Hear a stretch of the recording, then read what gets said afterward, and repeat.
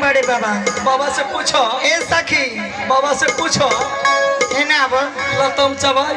हाँ देखा देखा हाँ। तीनों भाई एक के जगह बैठल बाड़े। हाँ। 1 2 3 जनवरी फरवरी मार्च ई बीच में लाल वाला अप्रैल घुस गए। हाँ हेलो ए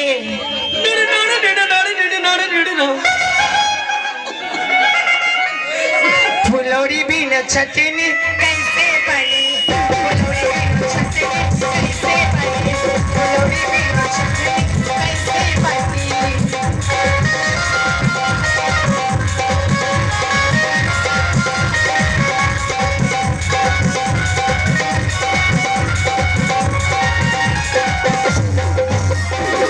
हम ना जेबे ससुर घर में खुदा हम ना जेबे ससुर घर में हम ना जेबे ससुर घर में बाबा चल गए हमारे बाबा।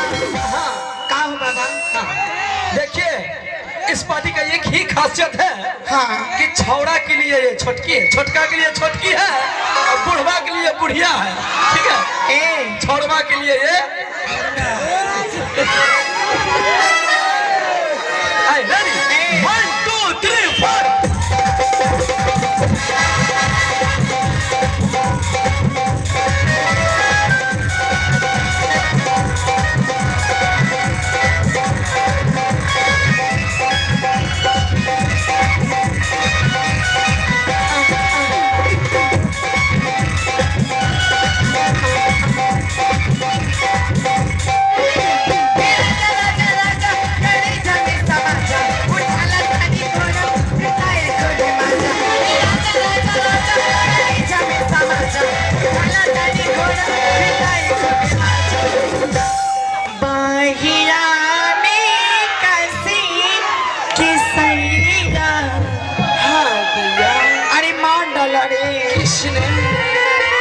छौड़ा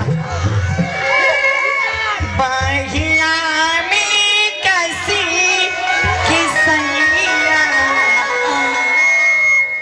ए सखी का हाउ देखा बूढ़ा बाबा कैसे हंसता रे लेर चुआता पोछ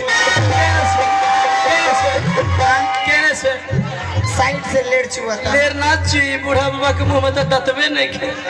अच्छा ए मारे ला कचका मारे ला कचका